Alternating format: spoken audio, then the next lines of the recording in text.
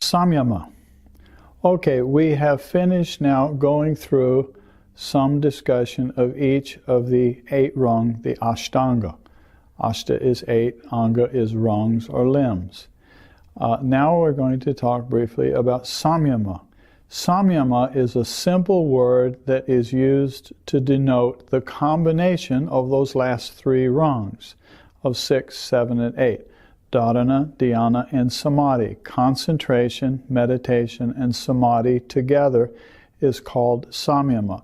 The name is not actually terribly important, but it's a thing of convenience. So we have the concept that those 3 go together. The first 2 rungs, the yamas and the niyamas, are lived in life and are preparation, so to speak.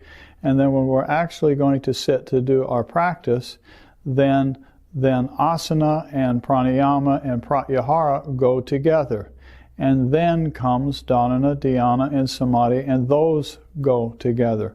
We all of us already are familiar with this process. We do it all the time.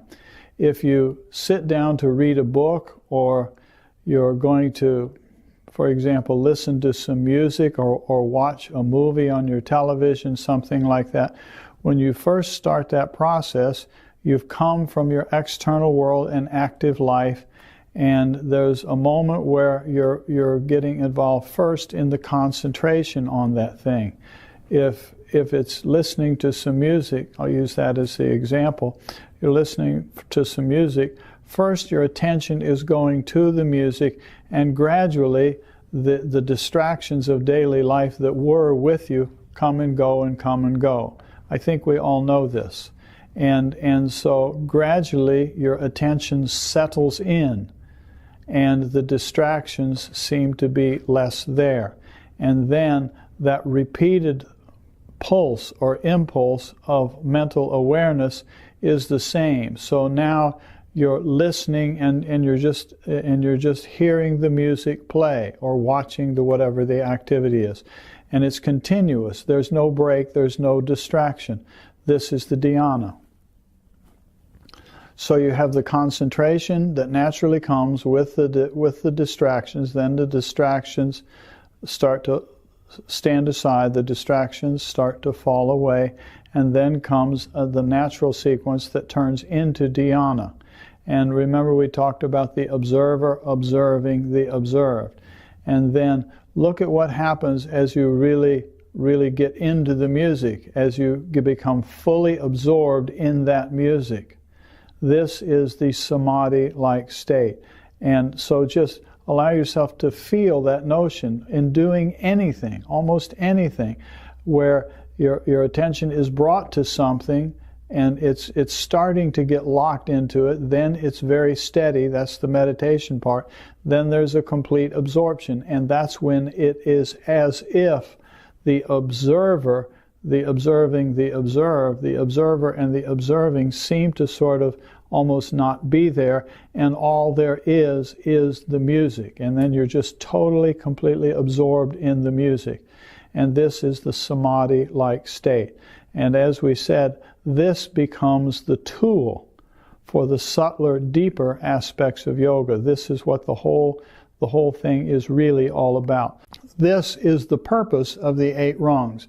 Remember, I mentioned before something along the lines of an education or learning any skill. If you think of it like a college education, you're going to go to 4 years of college. You go through the 4 years, and then that leads you to an outcome. Any form of training or learning we do, there's a sequence to it. We go through this, then this, then this, then this, and then there's an outcome. So the outcome of all of those rungs is the ability to do samyama. Early on, when we talked about ekagra, one-pointedness, we were learning to stabilize the mind. And that's where it's really important to say, well, what is the object on which I'm going to practice meditation? And we're choosing those objects of meditation to stabilize the mind. When we come to the subtler, deeper aspects of where we're going with this, which is the section we're in now, which is basically what to do with the 8 rungs. What am I going to do with them now that I've learned how to do them, and now that I'm sitting down to do my practice and I'm systematically moving through them? what am I going to do with the Samyama? Again, what is the Samyama? Samyama becomes essentially what can be called a razor-sharp tool. And it is the tool that is used to do the ultimate, subtler, deeper aspects of what Ashtanga Yoga is all about. We'll explain that more as we go on.